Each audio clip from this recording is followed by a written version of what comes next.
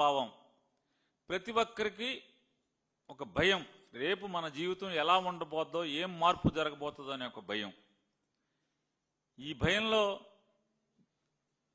జనం బతకటానికి 20 నెలల్లో వీళ్ళు భయకంపితులు చేసేటువంటి పరిపాలన అందిస్తూ వచ్చారు. ఇవాళ నారా చంద్రబాబు నాయుడు గారిని ఆయన మానసిక స్థితి చూస్తుంటే ఎట్టి పరిస్థితుల్లో కూడా వైద్య రంగాన్ని ప్రైవేటు పరం చేయటానికి ఆయన విపరీతమైన వెంపర్లాడుతున్నాడు. సాధారణంగా మనం చంద్రబాబు నాయుడు గారిని కూడా మనందరం కూడా ప్రజలు ప్రశ్నిస్తే, అయ్యా నారా చంద్రబాబు నాయుడు గారు, వైద్యాన్ని వ్యాపారస్తుల చేతిలో పెడితే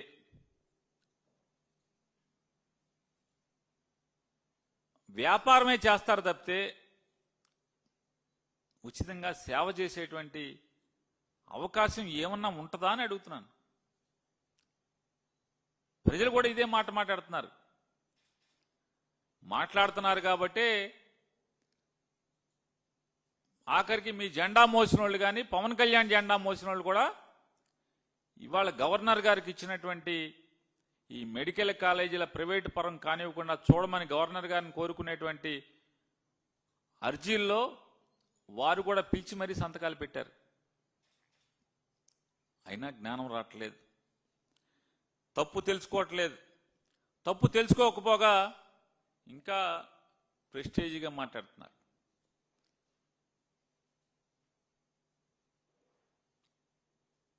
ఇవాళ ప్రజలు కోరుకునేది ఏంటి?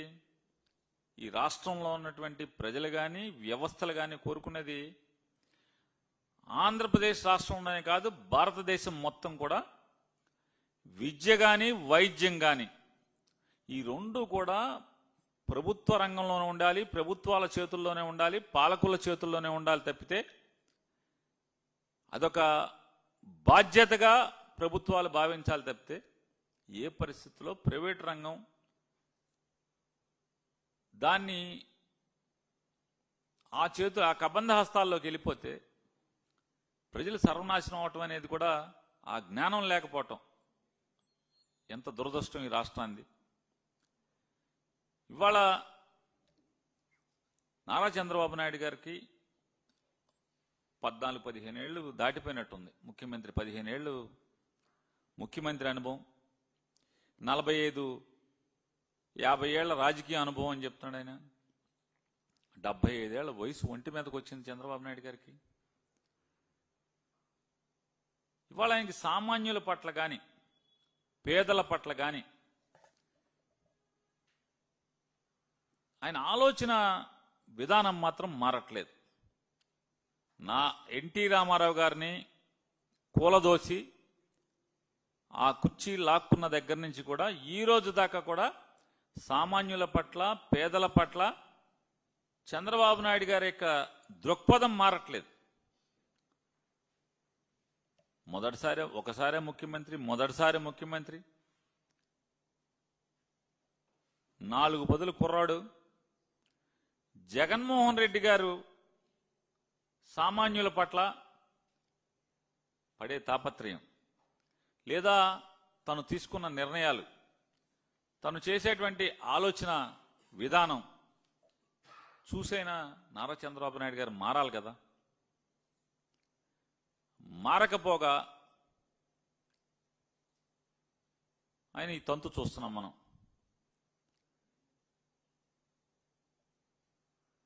పేద మధ్యతరగతి వర్గాల యొక్క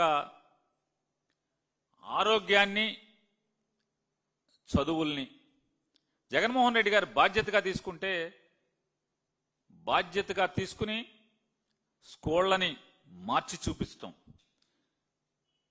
పిల్లలకి ఆంగ్ల విద్యని నేర్పించి తద్వారా ఆంగ్లంలో పాఠాలు చెప్పి వారి నైపుణ్యాన్ని పెంచేదానికి ఆయన కృషి చేసేదే.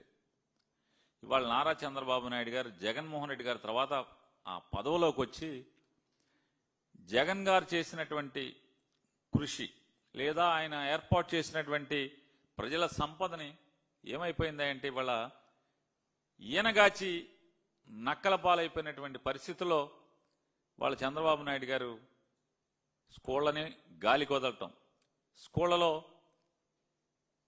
ఇంగ్లీష్ విద్యను తీసేయటం, సాంకేతికంగా వాళ్ళని నైపుణ్యవంతులను చేయాల్సినటువంటి ట్యాబ్లు ఇచ్చే కార్యక్రమాన్ని ఆపేయటం, ఆఖరికి బ్యాగుల మీద కూడా కక్కుర్తి, స్కూల్ పిల్లల పుస్తకాలు మోసే బ్యాగుల మీద కూడా కక్కుర్తి. ఆ బ్యాగులన్నీ కూడా పట్టుమని 3 నెలలు కూడా, అంటే 100 రోజులు కూడా బ్యాగ్ మోసే పరిస్థితి లేకుండా చిరిగిపోతున్నటువంటి పరిస్థితి, అతుకులు బొంతలు వేసుకోవాల్సిన పరిస్థితి. ఇవాళ విద్యా వైద్యం జగన్మోహన్ రెడ్డి గారి ప్రభుత్వం బాధ్యతగా భుజాలకెత్తుకుంటే నారా చంద్రబాబు నాయుడు గారు నాకు సంబంధం లేదు, ఎవడి తిప్పలాడి పడాల్సిందే అని చెప్పని చంద్రబాబు నాయుడు గారు ఇవాళ మాట్లాడుతున్నారు.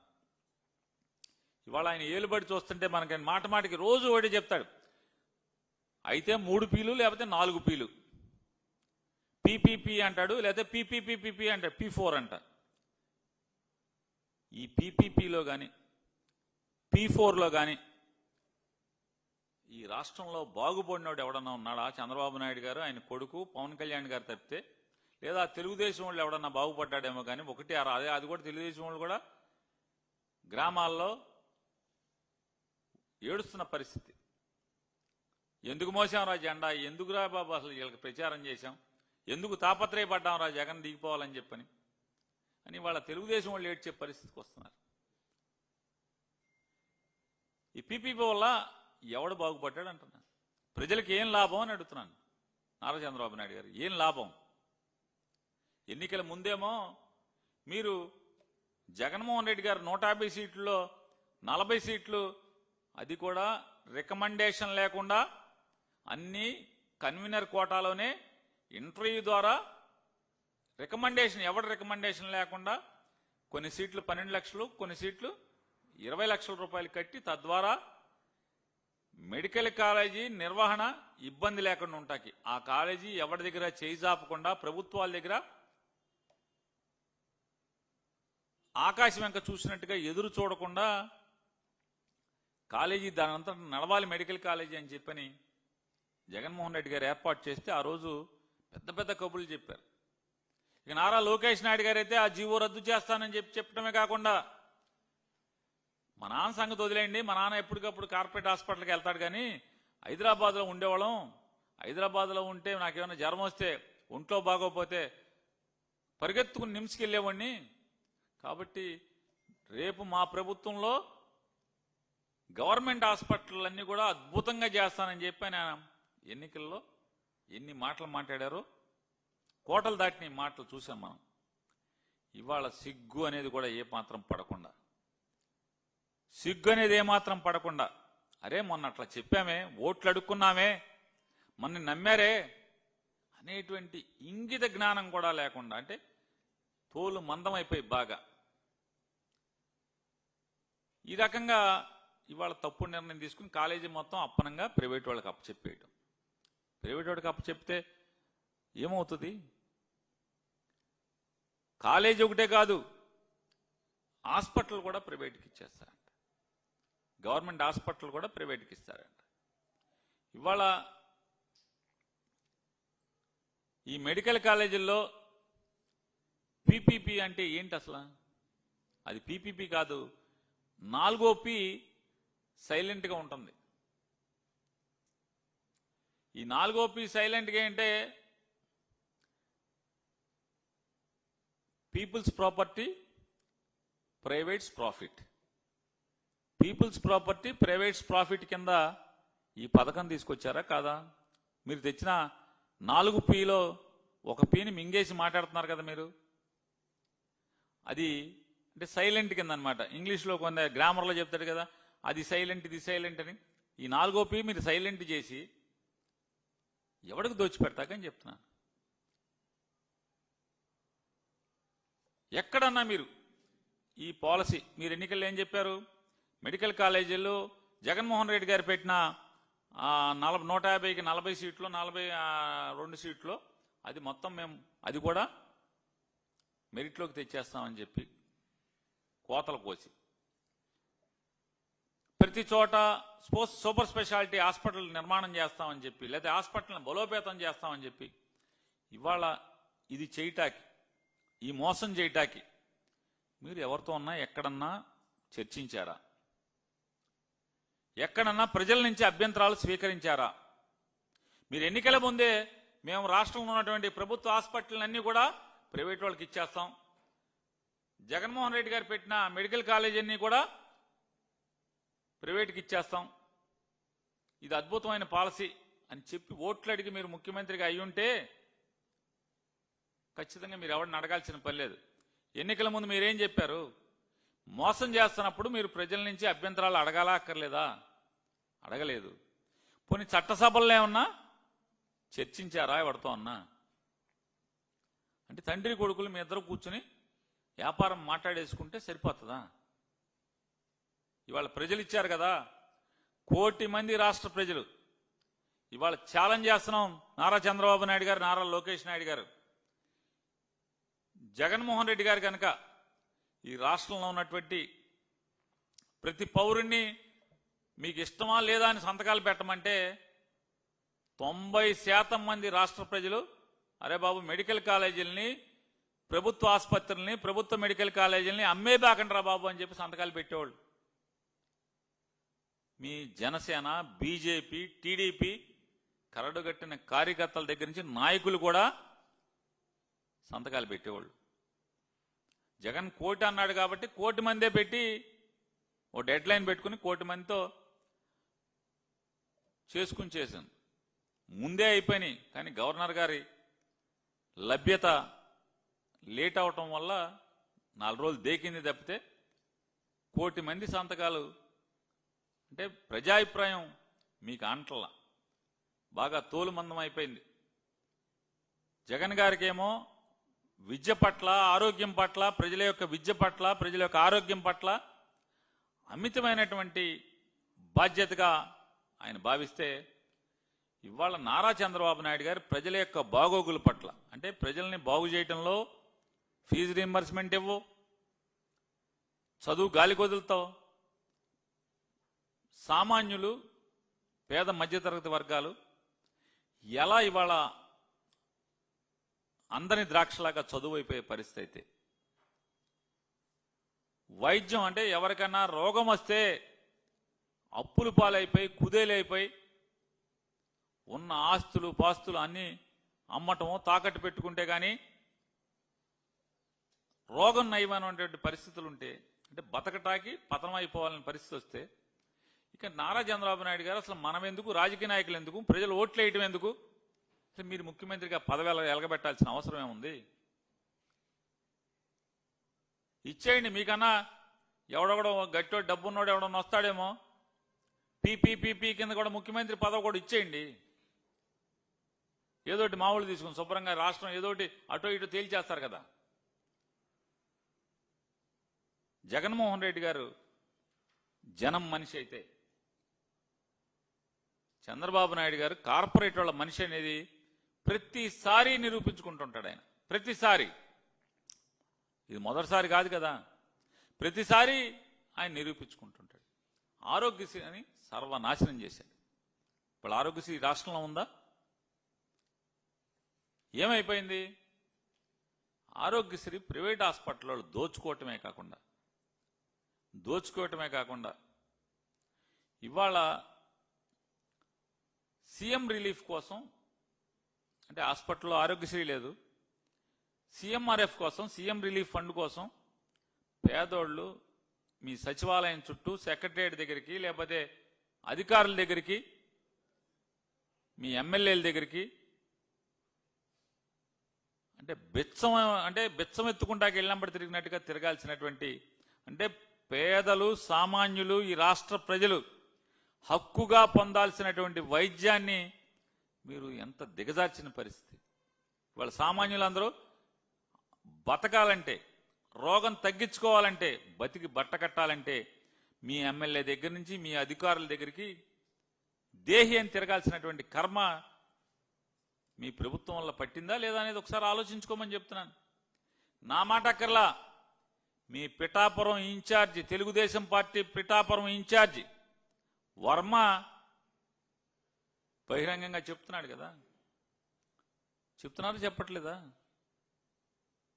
ఆరోగ్యశ్రీ పేరు మీద చంద్రబాబు నాయుడు దోచుకుంటున్నారయ్యా ప్రైవేట్ హాస్పిటల్ వాళ్ళు. ఆరోగ్యశ్రీ లేకపోవటం వల్ల డబ్బులు కట్టమంటున్నారు, సస్తున్నారయ్యా పేదోళ్ళు అని చెప్పి ఎంత ఆవేదన భరితంగా మాట్లాడాడు.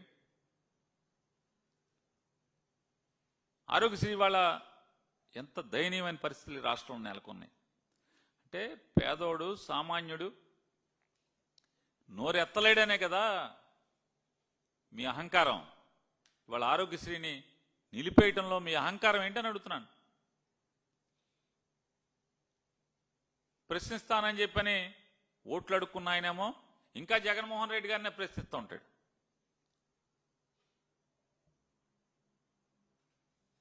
ఇవాళ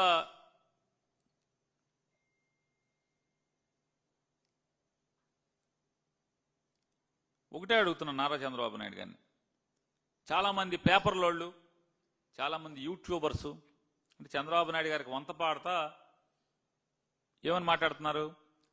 కేంద్రం నీతి ఆయోగ్ ఇదే ఇదేంటి, మామూలుగా ఆడు చెప్పాడు ఈడు చెప్పాడు, గవర్నమెంట్ హాస్పిటల్ ప్రైవేట్ పీపీపీ కింద ఇచ్చేయమని చెప్పారని చెప్పి చెప్తున్నారు.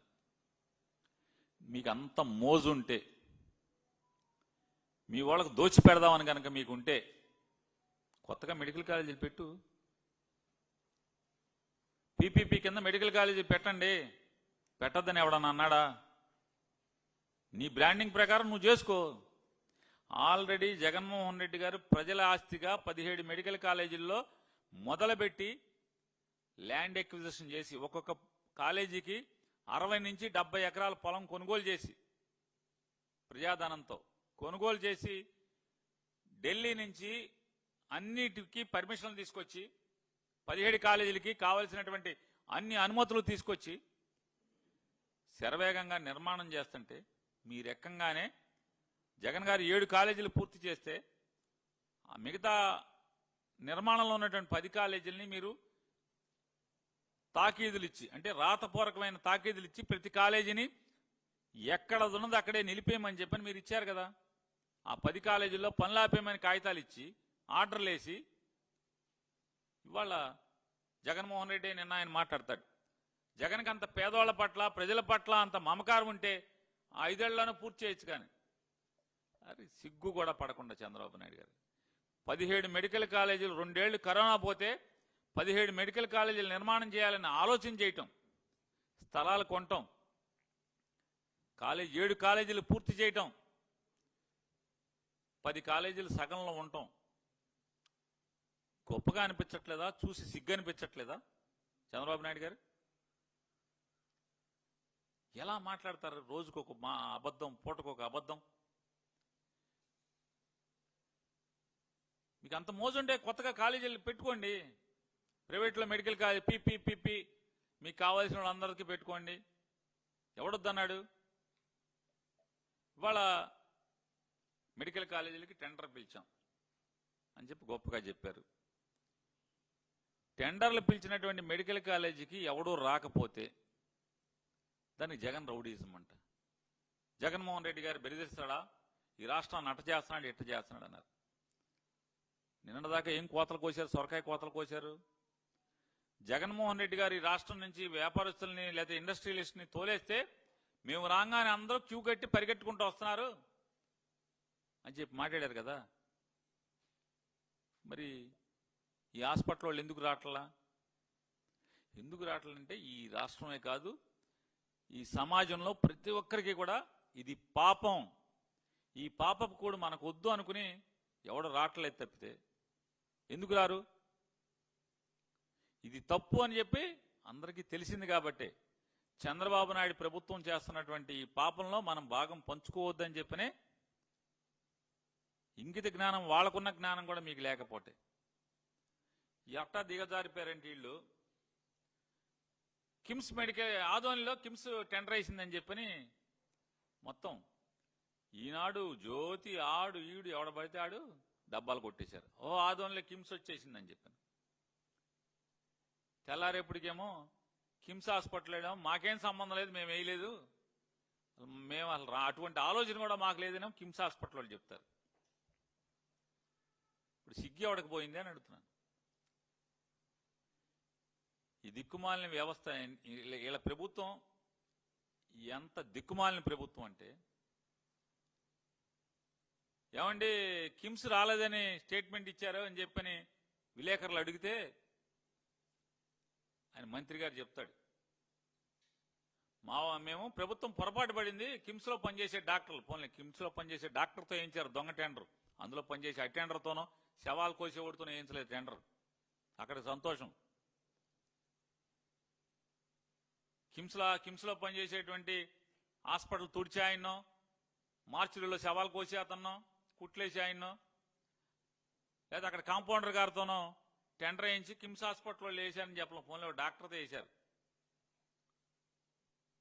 ఎవరో షా అంటే వేసాడని చెప్తున్నాడు. ఏముంటది ఈ షాలు బోలు ఇవన్నీ ఏమవుతాయి చంద్రబాబు నాయుడు గారు? రేపు జగన్ గారు వస్తున్నాడు, వచ్చాక సిట్టేయడా? సిట్టుకు ఒక గుణశేఖర్ బాబు అని ఒక ఆఫీసర్ రాడా? ఆ గుణశేఖర్ బాబు ఈ షాల్ని బోల్ని ఎత్తుకొచ్చాడా? ఎవడేయించాడో టెండర్లు చెప్పరా? షా చెప్పడా? ఎక్కడికి పిలిచారు? ఎవరు మాట్లాడారు? టెండర్ ఏమన్నారు? సంతకం ఎవడు పెట్టించాడు? డ్రాఫ్టింగ్ ఎవడు చేశాడు? అప్లికేషన్ ఎవడు పూర్తి చేశాడు? ఏం చెప్పరేంటి?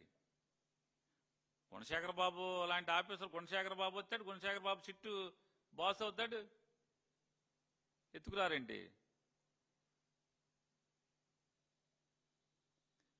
తప్పు వద్దయా చంద్రబాబు నాయుడు గారు, ఇది పాపం అయ్యా. రాజధానిలో తింటున్నావు కదా అంటే నువ్వు అనొచ్చు, నువ్వు చూసావా, నువ్వేమైనా బోకరేజ్ చేసావా అంటే, నేను బోకరేజ్ చేయలా. కానీ జరిగిన టెండర్లన్నీ గమనిస్తే మొత్తం రాజధానిలో వచ్చిన ప్రతి టెండరు 4% ఎందుకు ఉంది చంద్రబాబు నాయుడు గారు? దాంట్లో మీకేం ఆమ్యామ్యం ముట్టపోతే, మీరు దోచైపోతే ఎవడన్నా నేస్తాడు చెప్పండి? అమరావతిలో జరిగిన ప్రతి టెండరు 4%. నేను చెప్పింది తప్పు అయితే నన్ను ఒంగోబెట్టుకోవటండి విలేకరుల్ని.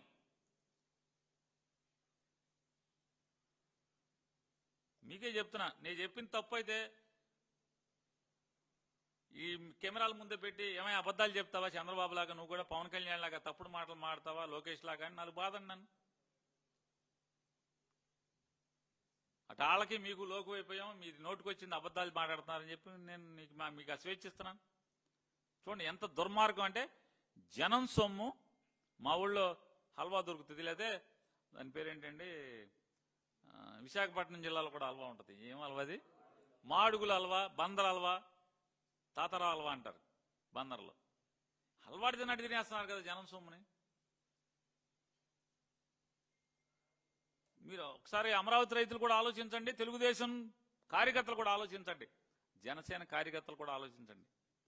అన్ని టెండర్లు అమరావతిలో చేసిన ప్రతి టెండరు 4% ఎక్సెస్ కి అందరూ వేశారు. ఏంటి దాని అర్థం చెప్పండి? మాస్ కాపీయింగ్ లాగా కాదా అది అని అడుగుతున్నాను.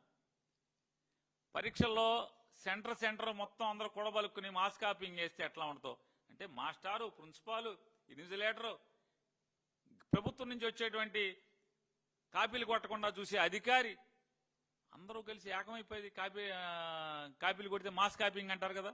ఇది కూడా ఇది మాస్ టెండర్ కాదా అని అడుగుతున్నాను. మాస్ దోపిడీ కాదా ఇది? మీరందరూ కలిసి మాస్ దోపిడీ కాదా ఇది అని అడుగుతున్నాను. అట్లా దోచుకుంటున్నావు కదా, ఇంకా కడుపు నిండట్లేదా అని అడుగుతున్నాను. అమరావతి దోచుకుంటున్నారు,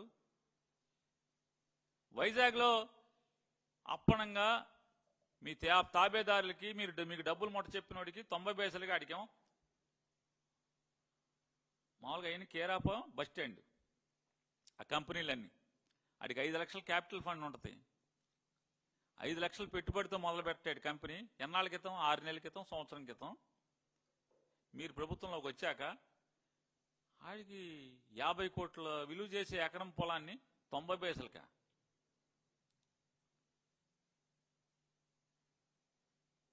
టీసీఎస్ వాళ్ళు కానీ, లేదా మీరు ఇచ్చే గూగుల్ కానీ, ఏ కంపెనీ అయినా, పెద్ద పెద్ద కంపెనీల పేర్లు చెప్తున్నారు మీరు, ఏ రాష్ట్రంలో అయినా ఆఖరికి బెంగళూరు కానీ హైదరాబాద్లో కానీ ఫ్రీగా 99 పైసలకి ఎక్కడ తీసుకున్నారా అని అడుగుతున్నాను. ఇక్కడ ఎందుకు తీసుకుంటున్నారు? కావాలని మీరు పిలిచి ఏమంటే మీరు ల్యాండ్ ఇస్తాం 90 పైసలకని అంటే ఒక పెద్దోడి పేరు చెప్పి మీరు ఆ భూముల్ని విశాఖపట్నంలో ఉన్నటువంటి భూములన్నీ దోచుకోవటమే కదా. అయినా కడుపు నిండట్లా మీకు. అసలు ఇదేదో మామూలుగా ఏదో కుంభకర్ణుడికి పొట్టలాగా ఉంది మీది, తండ్రి కొడుకులది ఇద్దరిది. ఆకలి తీరని ఆకలి అనమాట, మామూలుగా విపరీతంగా అయిపోయి మెడికల్ కాలేజ్ వదిలేయచ్చు కదా. ఈ గవర్నమెంట్ మెడికల్ కాలేజ్ అనుకుని అమ్ముకుని కడుపు నింపుకోవాలా? తప్పు కదా. అంటే వీళ్ళకి ఎవడో టెండర్ వేసాడో తెలియకని కాదు, జనాల్ని నమ్మించటం. మసిపూసి మారేడికాయటాకి తానా అంటే తందా అనే మామూలుగా బుర్రకథకి పక్కన డోలకు కొడతారు కదా. ఆ బుర్రకథ మాస్టర్ ఆయన తానా అని చెప్పగానే పక్కన తందానా అంటారు.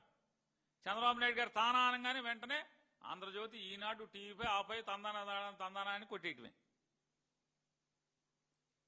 కిమ్సో టెండర్ వేయలేదు. ఎవడు చెప్పాడు? మీ డోలక్ బ్యాచ్కి కిమ్స్ టెండర్ వేసిందని ఎవడు చెప్పాడు? మీరు చెప్పకపోతే ఎవడు చెప్పాడు? అంటే ప్రజల్ని ఏమార్చుదామని. ఎవడో కిమ్స్లో పనిచేస్తాడంట. సరే, ఈ దోపిడీ ఆకపోగా ఎంత దుర్మార్గం అంటే రాజధాని ఇవాళ రాజధాని ఏర్పాటు అవ్వగానే అంటే దాహం తీరలేదని దానికోసం ఎంత నిస్సిగ్గుగా పచ్చిగా ఏదో అంటారు, కామాతురాణం నా భయం నా లజ్జ అని. ఈ దోపిడీదారులకి నా భయం నా లజ్జ ఈ ప్రభుత్వానికి.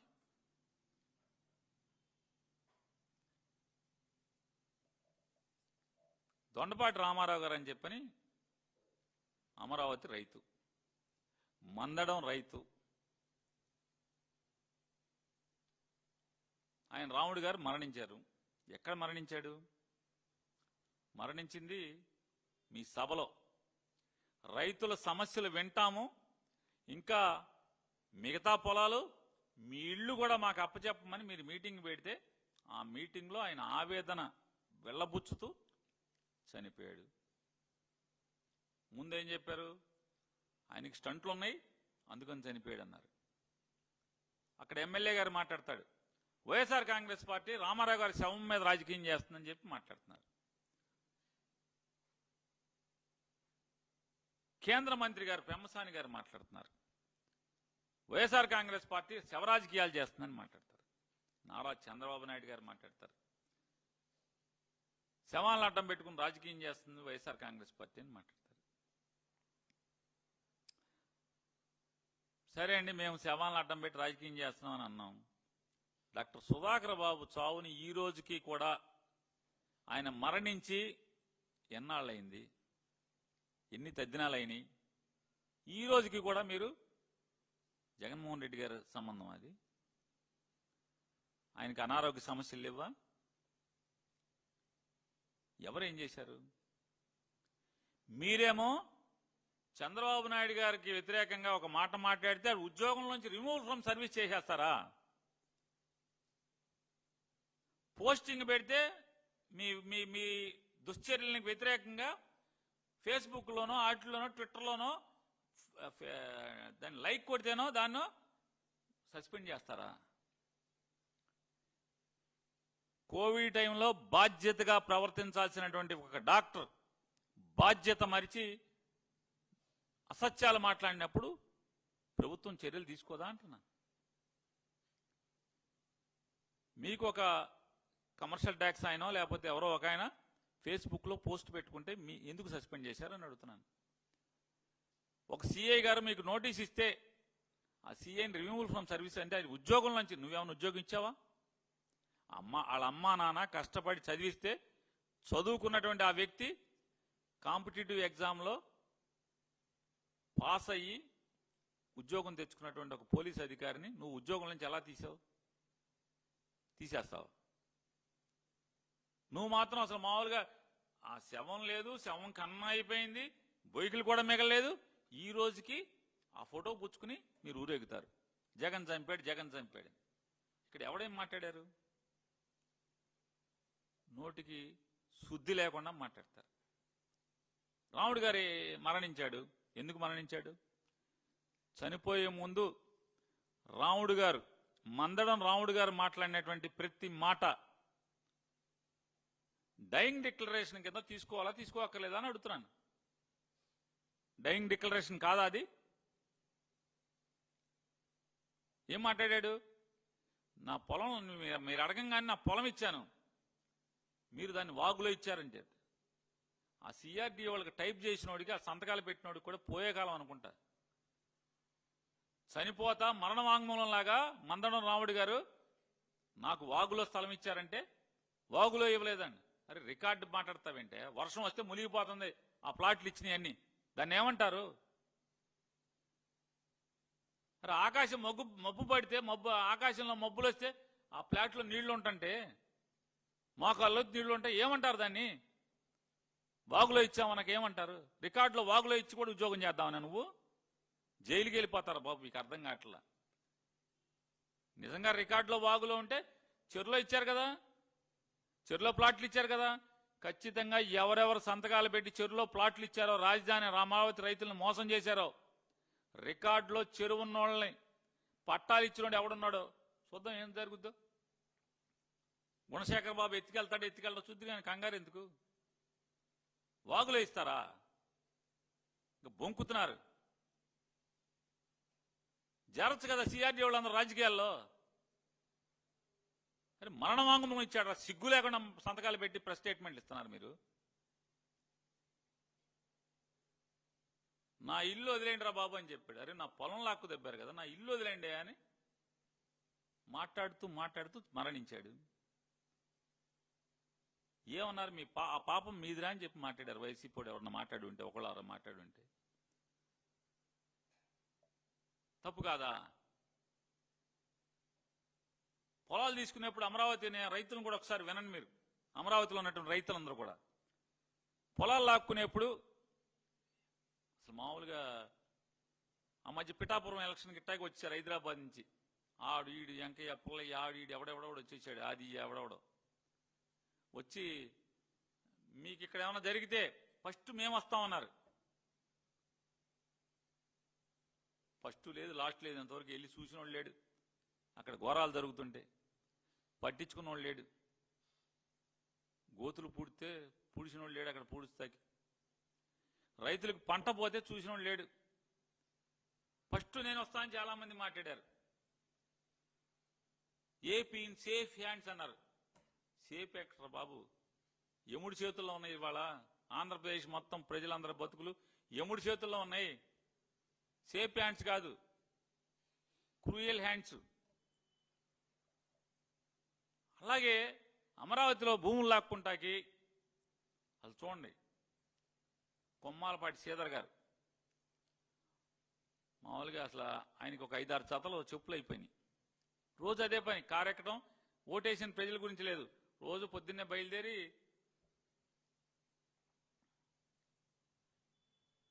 రావటం, అమరావతిలో అందరికీ చెప్పటం, మీది తినాలి మాది తినాలి అంటాం, ఫ్లాట్లు ఇచ్చేయమంటాం. ఆయన అయిపోయాడు. నరేంద్ర గారు, ధూళిపాళి నరేంద్ర గారు, ఆయన ఊరూరు వెళ్తాం, మీది తినాలి మాది తినాలి అని ఒక పాట పాడటం, ఇచ్చేయండి చంద్రబాబు గారికి అని ఫ్లాట్లు ఇచ్చేయమన్నారు. పెంటపాటి పుల్లారావు గారు, పెంటపాటి కాదు ఆయన పత్తిపాటి పుల్లారావు గారు. పుల్లారావు గారు కూడా, ఆయన కూడా గుంటూరు అవతల ఒంగోలుకి ఆనుకుని ఉంటాడు. అక్కడి నుంచి కారు వేసుకుని బర్రని అమరావతి వచ్చేయటం, మీది తినాలి మాది తినాలి అని పాట పాడటం, ఊరూరా తిరగటం.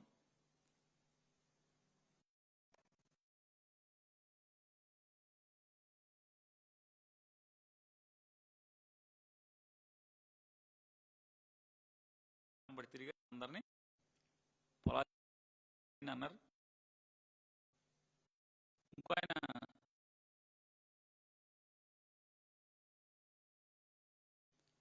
ఆయన కూడా తిరిగారు గట్టిగా. ఈ రాష్ట్ర భవిష్యత్తు మీ ప్రజల భవిష్యత్తే కాదు, ఈ రాష్ట్రం మీ పిల్లల భవిష్యత్తు కాదు, రాష్ట్రంలో ఉన్న 5 కోట్ల మంది భవిష్యత్తు మీరివ్వాలి, మీరివ్వాలి, మీరివ్వాలి, మీది తినాలి, మాది తినాలి అని తిరిగేదారు మొత్తం అంతా. ఈ తెనాలి బ్యాచ్ అంతా తిరిగి తిరిగి పొలాలు తీసుకున్నారు. ఏరయ్యా వాళ్ళు తెనాలి బ్యాచ్ ఏరంటున్నా, ఏమైపోయారు? ఇవాళ ఎవడంటే మొత్తం రైతులను మోసం చేశారు, వాళ్ళకి టోపీ పెట్టారు, కుచ్చు టోపీ, వాళ్ళ గురించి పట్టించుకునేవాళ్ళు లేడు. ఇవాళ ఎవడొచ్చాయంటే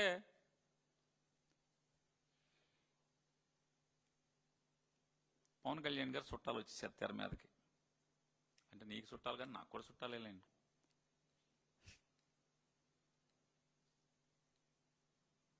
అప్పుడేమో మీ తినాలి మా తినాలని చెప్పి పొలాలు లాక్కుంటాకేమో వాళ్ళందరూ వచ్చారా? ఆలపాటి రాజా గారు, పుల్లారావు గారు, నరేంద్ర గారు, శ్రీధర్ గారు, జయదేవ్, గల్లా జయదేవ్ గారు, వీళ్ళందరూ తెగ తిరిగేశారు. ఎన్నో జతలు చెప్పులు అయిపోయినాయి. ఇవాళ ఎవడయా అంటే నారాయణ, కన్నబాబు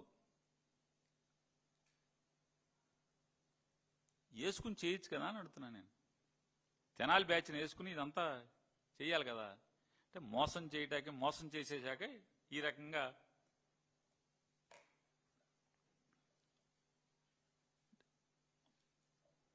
వాళ్ళు అంటే పొలాలు లాక్కుంటాకేమో వాళ్ళు, సున్నం పోయిటాకేమో వీళ్ళు.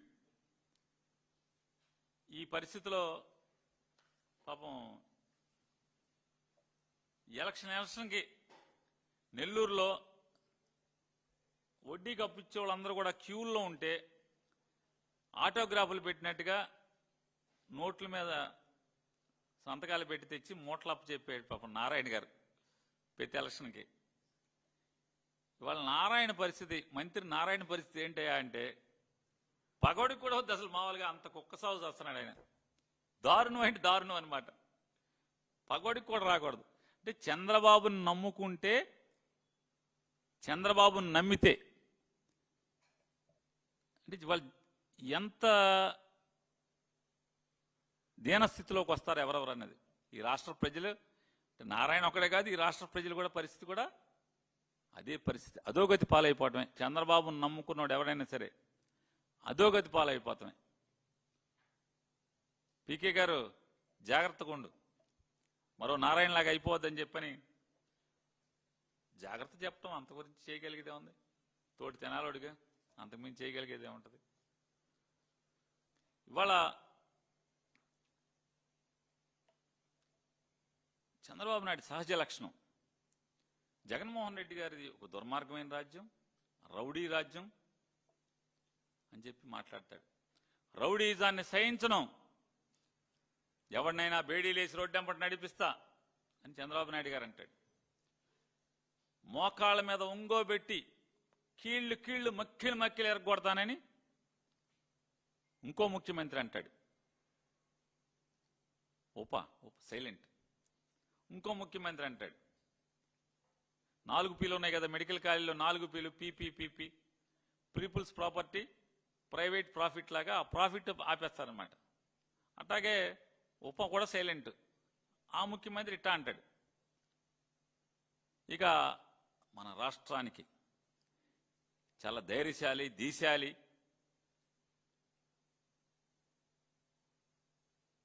మరో రాణి రుద్రమ్మదేవి, మరో ఝాన్సీ లక్ష్మీబాయి గారు అంతా యశస్సు ఉన్నటువంటి హోమ్ మినిస్టర్ గారు. వారు శాఖ మాత్రం వారు పట్టించుకోరు. హోంశాఖలో మర్డర్లు అయిపోయి, కిరాతకాయలు అయిపోయి, అమ్మాయిల్ని చెరిచేయని, చెరబట్టని, చంపేయని, ఆస్తులు లాక్కొని కబ్జాలు చేయని ఎక్కడ ఆవిడ అసలు మాట్లాడరు. ఈ రాష్ట్రంలో శాంతి భద్రతలు దిగజారిపోతున్న పరిస్థితులు భారతదేశంలో కేంద్ర ప్రభుత్వం చెబుతుంది ఈ రాష్ట్రం నాశనం అయిపోతుందని. అయినా వారేం మాట్లాడరు. నాకు అంటే నేను అడిగాను చాలా మందిని, ఏంటి అసలు హోంశాఖ వదిలేసి జగన్ని దూషణ శాఖ ఇచ్చారేంటి ఆవిడికి? జగన్మోహన్ రెడ్డి దూషణ శాఖ అమాత్యులు. ఏంటంటే సార్ ఆమెను చూస్తే మాకు ఎవరో గుర్తుకొస్తున్నారని ఒకసారి ఆఫీస్ ఎదవలకి బుద్ధి జ్ఞానం లేదు. ఈ మధ్య మరీ ఘోరం అయిపోయి నెలకి 2 సార్లు పిలుస్తున్నారు బ్యాంక్ ఆఫీస్ లో. అల్లాడిపోతున్నారు మహానుభావుడు, అల్లాడిపోతున్నాడు. గబా గబా గబా గబా బయలుదేరిపోయాడమ్మా. తెల్లారొచ్చాక తెలిసింది అప్పుడే ఉద్యోగం కాస్త ఊడిపోయేది. అల్లాడిపోతున్నాడమ్మా. ఆఫీస్ ఎదవలకి బుద్ధి జ్ఞానం లేదు. ఈ మధ్య మరీ ఘోరం అయిపోయి నెలకి 2 సార్లు పిలుస్తున్నారు బ్యాంక్ ఆఫీస్ లో. అల్లాడిపోతున్నారు మహానుభావుడు, అల్లాడిపోతున్నాడు. గబా గబా గబా గబా బయలుదేరిపోయాడమ్మా. తెల్లారొచ్చాక తెలిసింది అప్పుడే ఉద్యోగం కాస్త ఊడిపోయేది. అల్లాడిపోతున్నాడమ్మా. అల్లాడిపోతున్నారని నేనేం మాట్లాడట్లా. సెక్రటరియట్ లో విలేకరులు అందరూ చెప్తున్నారు పాపం అల్లాడిపోతున్నారు. మంత్రి గారు అల్లాడిపోతున్నారండి. ఇక్కడ అలా ఆయన ఉద్యోగానికి పిలుస్తున్నారు అనుకున్నట్టే హోమ్ మినిస్టర్ శాఖలో మాత్రం లా అండ్ ఆర్డర్లో మాత్రం ఏలు పెట్టినట్ల. కనీసం కానిస్టేబుల్ ట్రాన్స్ఫర్ కూడా ఆవిడని చేయనివట్ల.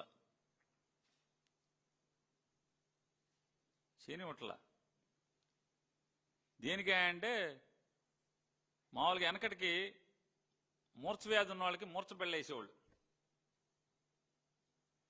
అంటే ఈయనకి మూర్ఛ ఉంది, పడిపోతే నీళ్లు పోయిండాయి అని చెప్పి రాసి ఉండేది పాలక. ఇప్పుడంటే మందులు వచ్చేసినాయి కాబట్టి మూర్ఛ వ్యాధికి బాగా అవి కనపడతలా. ట్రబుల్ షూటర్ అనే ఒక పలకేసి ఈవిడ్ని అల్లాడెట్టి చేసేస్తున్నారు లోకేష్ నాయుడు, చంద్రబాబు నాయుడు. అంటే పేరేమో హోంశాఖ, బ్రాకెట్లోనేమో జగన్మోహన్ రెడ్డి దూషణ శాఖ. అసలు శాఖ లేదు. ఈ కొసర శాఖ మీదే పాపం ఆవిడతో ఉద్యోగం చేయిస్తున్నారా మరి ఆవిడకే ఇది ఇంట్రెస్టో మనకు తెలియదు. వారు గబగబా ప్రెస్ మీట్ పెట్టేసేసి చూడండి వీళ్ళు మనుషులా రాక్షసులా అని పెద్ద పెద్ద మాటలు. అసలు మామూలుగా గ్రాంధికంలో ఉన్నటువంటి పురాణాల్లో ఉండే మాటలు అన్ని ఏరుకొచ్చి వారు మాట్లాడుతున్నారు మంత్రి గారు. అమ్మా మంత్రి గారు, ఈ రాష్ట్రంలో ఏ చెడుకైనా, ఏ పాపానికైనా, ఏ దుష్ట సాంప్రదాయానికైనా నారా చంద్రబాబు నాయుడు గారు ఆద్యుడు, ఆయనే శ్రీకారం చుట్టేటువంటి పనుడు అనేది మీకు తెలియపోతే ఎట్లాగా అని అడుగుతున్నాను. అంటే మీ సీనియారిటీ కూడా తక్కువ ఆయనతో. ఎందుకంటే 2014 నుంచే కదా ఆయనతో, అంతకుముందు లేరు కదా. నారా చంద్రబాబు నాయుడు గారు ఈ రాష్ట్రంలో రాజకీయం నాశనం అయిపోవటానికి కానీ, లేదా ఈ రాష్ట్రంలో ధన ప్రాబల్యం పెరిగిపోవటానికి కానీ, రాజకీయాల్లో కుల ప్రభావం పెరిగిపోవటం కానీ, కుల జాడ్యం పెరగటానికి కానీ, లేదా రాజకీయ నాయకులు బరి తెగించి అవినీతి చేయటానికి కానీ, వీటన్నిటికీ ఎవరు ఆద్యుడు అని అడుగుతున్నాను. ఈ హింసకి ఎవరు? ఈ గొర్రె పొట్టోళ్ళని కొడతాం, నరకటం, ఆ రక్తాన్ని ఫోటోలు చిమ్మిస్తాం. కాస్త పచ్చ కళ్ళజోడు తీస్తే హోమ్ మినిస్టర్ గారు, కళ్ళకున్నటువంటి పసుపు పచ్చ కళ్ళజోడిని తీస్తే అసలు సమాజంలో ఏం జరుగుతుందో మీకు అర్థం అవుద్ది. ఒకసారి చూడండి. ఒకసారి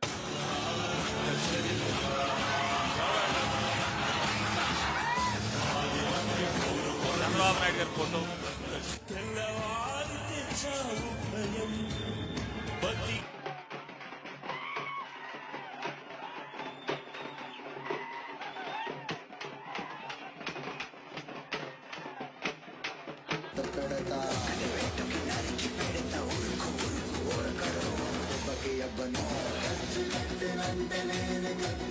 చంద్రబాబు నాయుడు గారి ఫోటో పట్టుకుని తీసుకెళ్తాను చూడండి. గొర్రెపోటు వాళ్ళని నడిపించుకుని తీసుకెళ్తారు సెంటర్లో కోసి చంద్రబాబు నాయుడు గారి ఫోటోకి రక్తాభిషేకం చేస్తున్నారు. ఇవన్నీ ఎలక్షన్ గెలిచిన తర్వాత హోమ్ మినిస్టర్ గారు, మీరు జగన్మోహన్ రెడ్డి గారి మీద మీరు గెలిచి ప్రభుత్వాన్ని 164 సీట్లతో ఏర్పాటు చేశాక ఇవన్నీ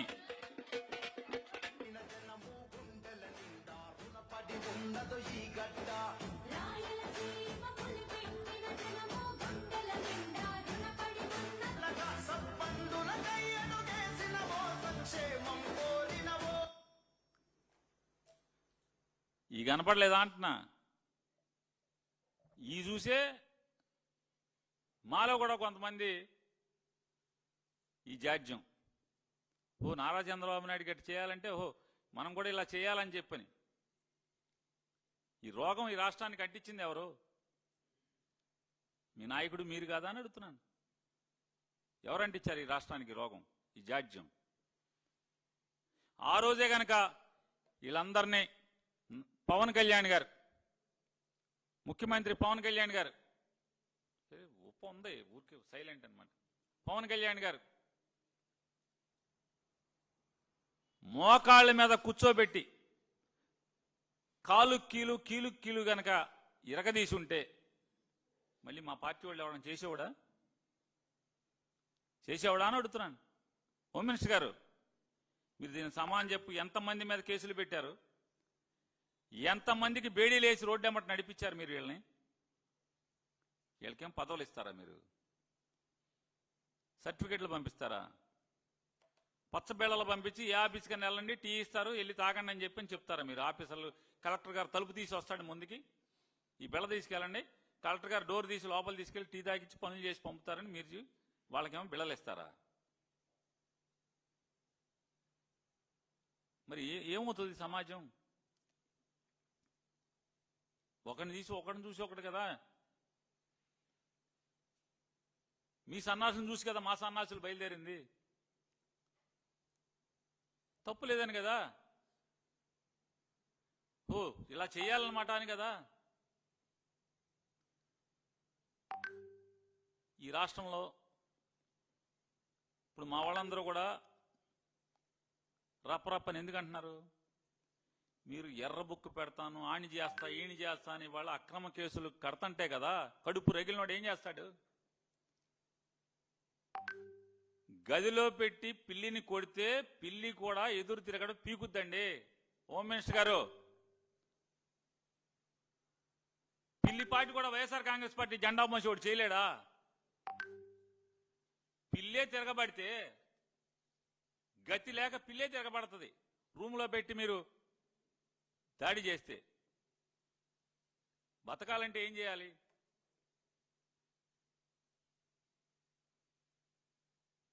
తిరుగుబాటు చేయక ఏం చేస్తారు? అందుకే మా వాళ్ళు అంటే అక్కడ చెప్తాం, ఎందుకురా బాబు తప్పు మాట, వాళ్ళు ఏదో తప్పుడు పనులు చేశారని, వాళ్ళు ఎదవల్లాగా పరిపాలించారని మనం ఎందుకు చేయాలి? చట్టం ఉంది, సిట్ ఉంటుంది. మనకు కూడా గుణశేఖర్ బాబు వస్తాడు, మనకు కూడా కిషోర్ వస్తాడు, మంచి ఆఫీసర్లు వస్తారు. మన దగ్గర కూడా ఐపీఎస్లు రిటైర్ అయిన ఆఫీసర్లు అడ్వైజర్లుగా వస్తారు. చట్టం మేరకు అందరినీ శిక్షిద్దాం, తప్పులు చేసిన వాళ్ళందరినీ. ఎవరు హింసకి వాళ్ళని చూసి మీరు చెడిపోబాకండి, కడుపు రేగిలి తప్పుడు పనులు చేయబాకండి. శాంతి భద్రతల్ని కాపాడదాం. గుణశేఖర్ బాబు, లేకపోతే అశోక్ బాబు, కిషోర్ బాబు ఇట్లాంటి బాబుల్ని పెట్టుకుని సిట్లో ఖచ్చితంగా చట్టం మేరకు, చట్టానికి లోబడి బిఎన్ఎస్ఎస్ కొత్తగా వచ్చినాయి కదా, వీటన్నిటి ద్వారా తప్పకుండా అణిచివేద్దాం. పాపాత్ముల్ని, తప్పులు చేసిన వాళ్ళని, దుర్మార్గుల్ని చట్టం మేరకు శిక్షిద్దాం. అయ్యా వైఎస్ఆర్ కాంగ్రెస్ పార్టీ జెండా మోసేవాళ్ళారా, వాళ్ళని చూసి మీరు తప్పుడు పనులు చేయబాకండి, తప్పుడుగా మాట్లాడబాకండి అని రిక్వెస్ట్ చేస్తూ, అట్లాగే నేను అడుగుతున్నాను, రామారావు గారి గురించి మీరు మాట్లాడారు కదా మేమేదో అని. మందడం రాముడు గారు పొలం లాక్కున్నారు, మందడం రాముడు గారు ఇల్లు లాక్కోబోతున్నారు, మందడం రాముడు గారు ప్రాణాలు కూడా లాక్కున్నారు కదా. దానికి మాకేం పాత్ర? మేమేం రాజకీయం చేశాం? మీ పెమ్మసాని గారు, మీ ఎమ్మెల్యే గారు వెళ్తే ఆ ఇంట్లో వీళ్ళు ఏం మాట్లాడుతున్నారు? ఇంకెవరిని చంపుదామని వస్తున్నారు అంటే అది కూడా మేమే రాజకీయమా? లేదా వాళ్ళ ఇంట్లో వాళ్ళు రాజకీయం చేస్తున్నారా? బోరున విలపిస్తున్నటువంటి వాళ్ళ కుటుంబ సభ్యులు రాజకీయం చేస్తున్నారా? ఏమన్నారు మిమ్మల్ని? ఏమన్నారంటున్నా? మరి అక్కడ మాట్లాడచ్చు కదా. పెమ్మసాని గారును ఎమ్మెల్యే గారు ఏయ్ నోరు మైండ్ ఏడిస్తే ఆడమని కానీ రాజకీయాలు చేస్తారేంటి, మా మీద మాట్లాడతారేంటి అని అలాగా ఎందుకు అనరు? వైసీపోడు లోకువా. 10 ఛానల్స్ ఉన్నాయి, 2 పేపర్లు ఉన్నాయి, మీరు ఏది వాగినా రాయటాకి చూపించటాకి, కాబట్టి మీ ఇష్టానుసారం మాట్లాడతారు. ఇది కాదండి నేను అడుగుతున్న, అమరావతి రైతులు దీని గురించి మీరు ప్రేమ వలకబోస్తున్నారు కదా, ముసలి కన్నీరు కాలుస్తున్నారు కదా. మీకోసం పడి చచ్చినటువంటి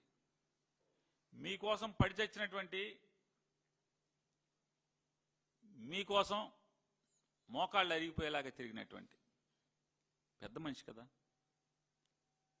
నేలపాటి రామారావు గారిని ఎంత అవమానం చేశారు. వాళ్ళ కష్టంతో వచ్చినటువంటి మీ ప్రభుత్వంలో మీరు కులుకుతూ అమెరికా వెళ్ళి బాగా డబ్బు పోగేసుకుని నారా చంద్రబాబు నాయుడు గారికి 200 కోట్లు లంచం కొట్టి మంత్రి పదవి తీసుకుని వాళ్ళని మీరెవరి కారణంగా అయితే మీరు వాళ్ళ అధికారంలో ఉన్నారో వాళ్ళని అమరావతి రైతుల్ని అమరావతి రైతు అనేటువంటి రామారావు గారిని పోలీసు అతన్ని పిలిచి ఈడ్చుకెళ్ళమని చెప్పారా లేదా అని అడుగుతున్నా. ఇవన్నీ మీకు పాపం పండే రోజులు కాదా అని అడుగుతున్నాను. దొండపాటి రాముడి గారి మరణం కానీ లేదా నేలపాడు రామారావు గారిని పోలీసులతో మెడపట్టి ఈడ్చుకెళ్ళమని చెప్పి ఆదేశాలు ఇష్టం కానీ, అధికారం మదంతో ఆదేశాలు ఇవ్వటం కానీ, మీ పాపం పండే రోజులు శిశుపాలుడు ఎన్ని పాపాలు చేశాడో ఆ పాపాల్లో ఈ లెక్కలు రావా అని అడుగుతున్నాను. శిశుపాలుడు లాంటి మీ ప్రభుత్వం ఈ పాపాలు కాదా అని అడుగుతున్నాను. ఇవాళ ఇంకా వదలండి అయ్యా, అమరావతిలో రైతులను వదిలేండి, ఇంక చంపబాకండి, ఇంకా వాళ్ళు ఇల్లు లాక్కుంటాం కాదండి. నేను అడుగుతాను, బెంగళూరులో హైదరాబాద్లో వంకర్లు తిరిగిన రోడ్లు లేవా అని అడుగుతున్నాను. బెంగళూరులో హైదరాబాద్లో ఢిల్లీలో బొంబాయిలో వంకర్లు తిరిగిన రోడ్లు లేవా అని అడుగుతున్నాను. ముంబై లాంటి మహానగరంలో పేదోళ్ళు ఉండేటువంటి రేకుల షెడ్లు లేవా అని అడుగుతున్నాను. నిజంగా నారా చంద్రబాబు నాయుడు గారు మహారాష్ట్రలో పుట్టపోవటం వాళ్ళందరూ అదృష్టం, బొంబాయి వాళ్ళది. లేదా మొత్తం నేలమట్టం చేసి పారేసేవాడు, మొత్తం అంతా వాళ్ళందరినీ తోలేసేవాడు.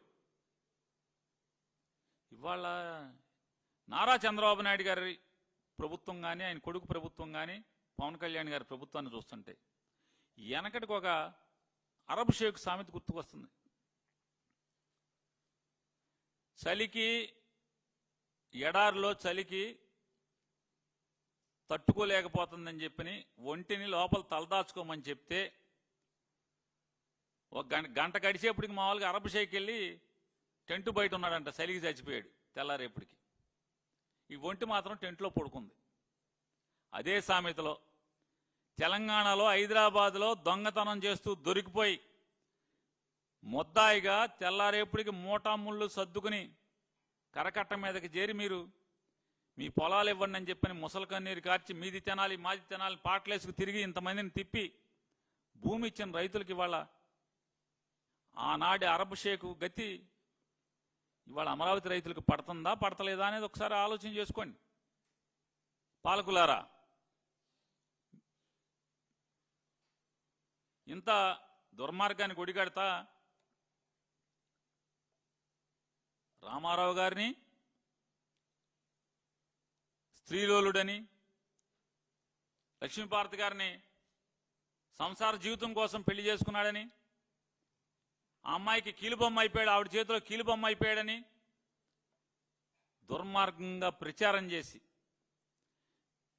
ఆవిడ మీ సవతి తల్లి అవుతుందని మా కుటుంబ సభ్యులందరినీ కూడా గిల్లి ఊరూరు హరికృష్ణ గారిని ప్రచారం చేయించి మా నాన్న చెడిపోయాడు, మా నాన్న పెళ్లి చేసుకున్నాడు, లేకపోతే మా నాన్న అదే ఈ వయసులో పెళ్లి ఏంటని ఇట్లా కార్యకర్తలకు అన్యాయం జరుగుతుందని చెప్పని తిప్పి రామారావు గారి మీద విష ప్రచారం చేసి రామారావు గారిని అంటే పడేస్తే రామారావు గారిని పడేస్తే మీ అందరూ చొక్కాలు చింపి కీలు కీలు కాలు కాలు తీస్తారు ప్రజలని చెప్పని ముందు రామారావు గారిని దుర్మార్గుడిగా చిత్రీకరించి లేకపోతే బలహీనుడిగా చిత్రీకరించి స్త్రీలోలుడిగా చిత్రీకరించి రామారావు గారిని పడేసినట్టే. జగన్మోహన్ రెడ్డి గారిని కూడా ఇవాళ గత 5 ఏళ్లు చెల్లిని చంద్రబాబు నాయుడు గారు మీకు మీ బ్యాచ్కి గత 5 ఏళ్లు చెల్లిని జగన్మోహన్ రెడ్డి గారిని కూడా ఒక దుర్మార్గుడిగా ఒక రాక్షసుడిగా మీ ఇష్టం వచ్చినట్టు మాట్లాడి చిత్రీకరించి, కానీ రామారావు గారు అంత అమాయకుడు మాత్రం జగన్మోహన్ రెడ్డి గారు కాదనేది గుర్తుపెట్టుకోండి. మీకున్న సహజ లక్షణం నైజం, మీకు గిట్టని వారిని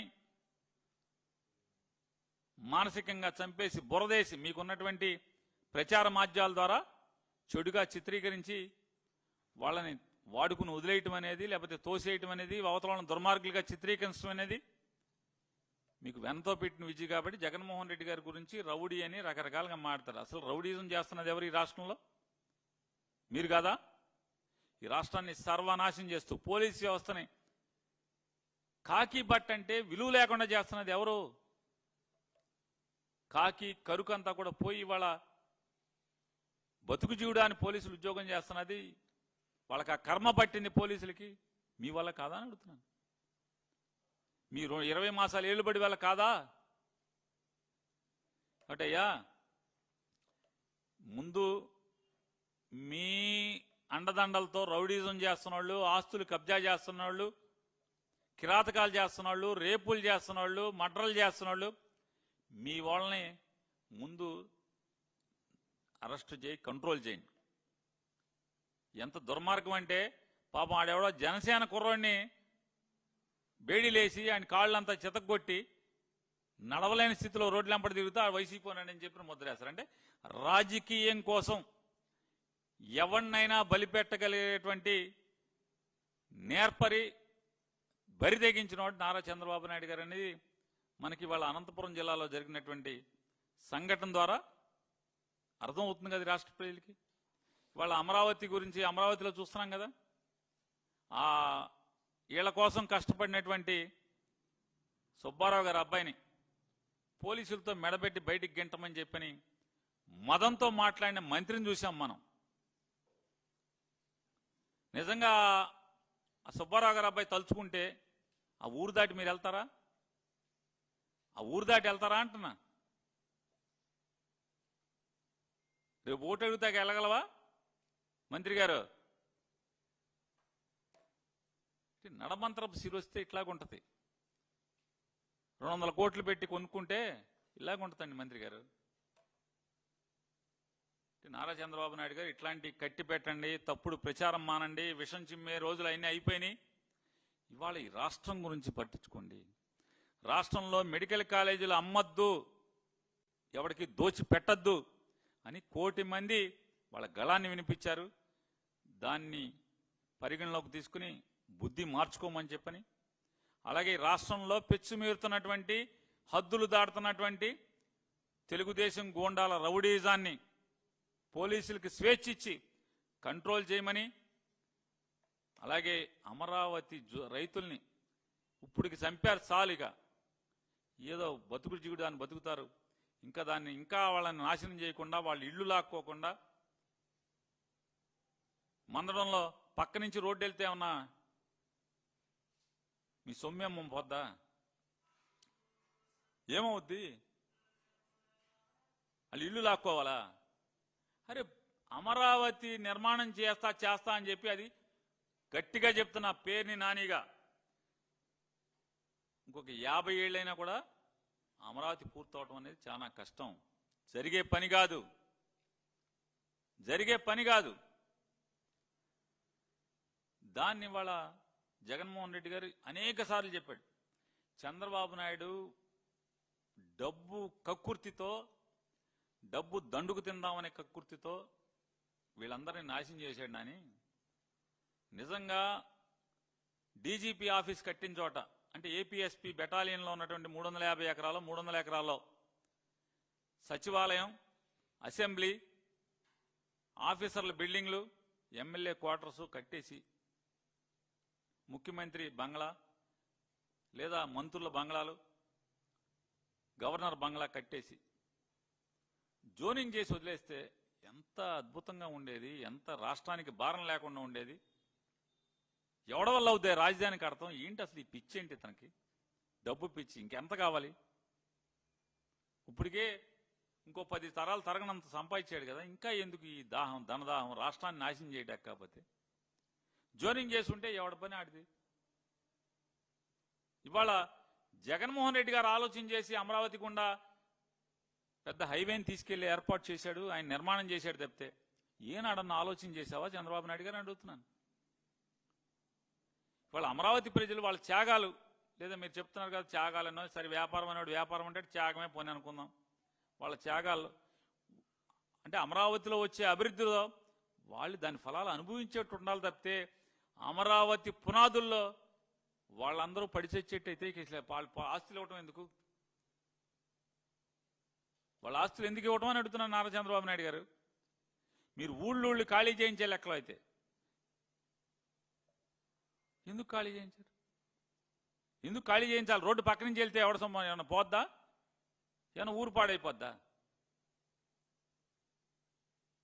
ఇట్లాంటి తప్పుడు ఆలోచనలు కట్టిపెట్టి అమరావతి రైతుల్ని వాళ్ళ బతుకునిచ్చేట్టుగా తొందరగా వాళ్ళకి ఇవ్వాల్సినటువంటి ప్లాట్లు ఒక అధికార మదంతో చెలరేగిపోతున్నటువంటి మంత్రి గారు మాట్లాడుతున్నాడు.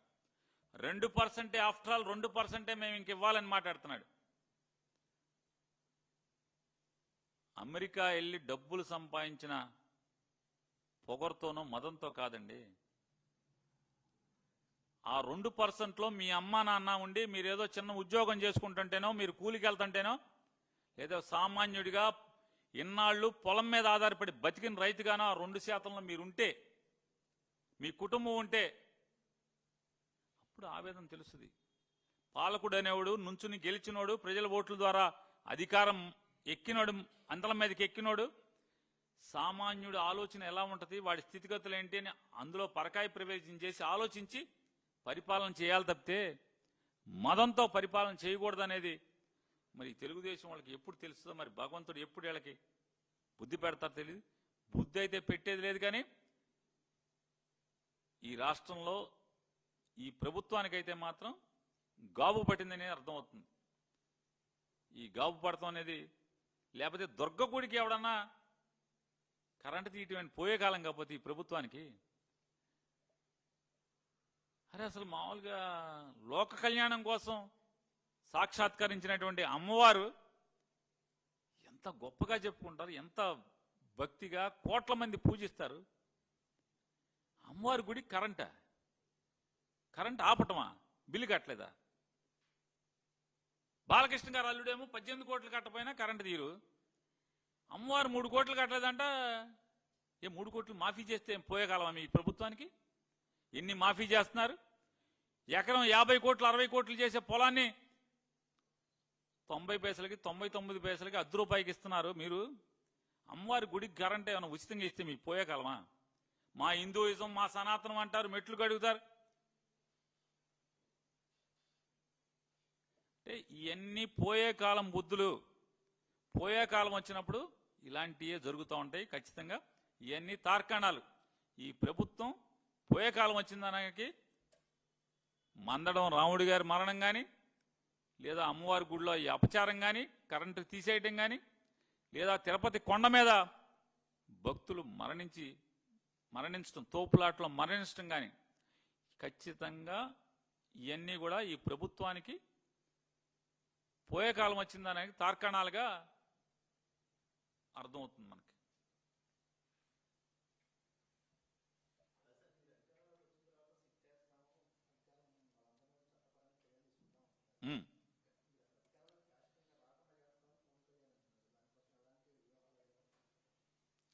ఇప్పుడు పవన్ కళ్యాణ్ గారు ఇంకోటి కూడా మాట్లాడాడు. మోడీ గారు మనతో కలిసి డయాస్ ఎక్కడానికి వాళ్ళ ఎస్పీజీ కూడా కంగారు పడుతుందని చెప్పారు. మీరు దాన్ని ఏకీభవిస్తున్నారా అని అడుగుతున్నాను.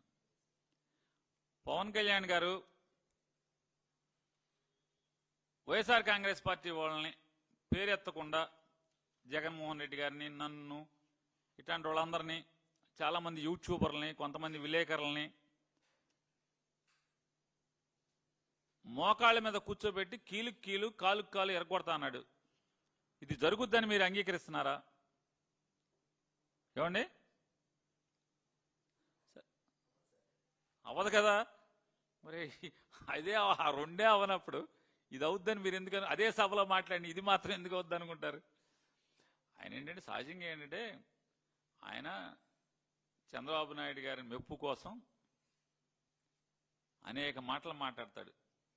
ఆ మాటలు చూసి చంద్రబాబు నాయుడు గారు మావాడు బాగా మాట్లాడుతున్నాడు, బాగా తిడుతున్నాడు. అంటే రెండోది ఏంటంటే మళ్ళీ ఒకసారి చెప్తున్నాను, ఇదంతా ఎత్తుగడ. 15 ఏళ్లు మొయ్యాలి మనం, ఇంకొక అంటే మొత్తం 20 ఏళ్లు మొయ్యాలి, 20 ఏళ్లు మొయ్యాలని చెప్పని జనసేన పేరు మీద మమ్మల్ని అందరినీ మొయ్యటానికి సిద్ధమని చెప్పని చెప్తుంటే, ఇదేంట్రా బాబు మనకు రాజ్యం తెస్తానని చెప్పి చంద్రబాబును మోద్దాం ఇంకో 20 ఏళ్ళు అంటున్నాడు. ఇప్పటికి ఆయనకి 55 ఏళ్ళు, రేపు మళ్ళీ ఎలక్షన్కి వచ్చేప్పటికి 55 ఏళ్ళు. ఎందుకంటే 2019కి 50, 24కి 55, 24 నుంచి ఇప్పటికి 57కి వచ్చాడు. 57 ఏళ్ళు ఇప్పటికి. ఇంకొక ఇదొక 3, ఇదొక 2.5, అదొక 15, 17.5. ఇక ఇది ఎప్పుడైతే తన మీద నమ్మకాలు పెట్టుకున్న వాళ్ళకి నమ్మకం సన్నగిలి దూరం జరుగుతున్నారు అనిపించిందో, చంద్రబాబు నాయుడు గారు ఇద్దరు మాట్లాడుకున్నారు. జగన్మోహన్ రెడ్డి గారిని తిట్టాలి. ఆయన పచ్చిగా జగన్మోహన్ రెడ్డి గారిని తిట్టంగానే, వైఎస్ఆర్ కాంగ్రెస్ పార్టీ వాళ్ళని తిట్టంగానే మేము మళ్ళీ ఎదురు అతని మీద దాడి చేయటం మొదలెట్టంగానే, అమ్మో మళ్ళీ మా వాళ్ళని తిట్టేస్తున్నారని చెప్పి అందరూ చేరిపోవాలని చెప్పినటువంటి ఎత్తుగడ, ఏదో అన్న సామెత కూడా ఆశ దోశ అప్పడం అని, మేము నిన్ను ఆటలో అట్టిపండుకు వదిలేసాం, నువ్వేమన్నా తిట్టుకో, మాకు సంబంధం లేదు.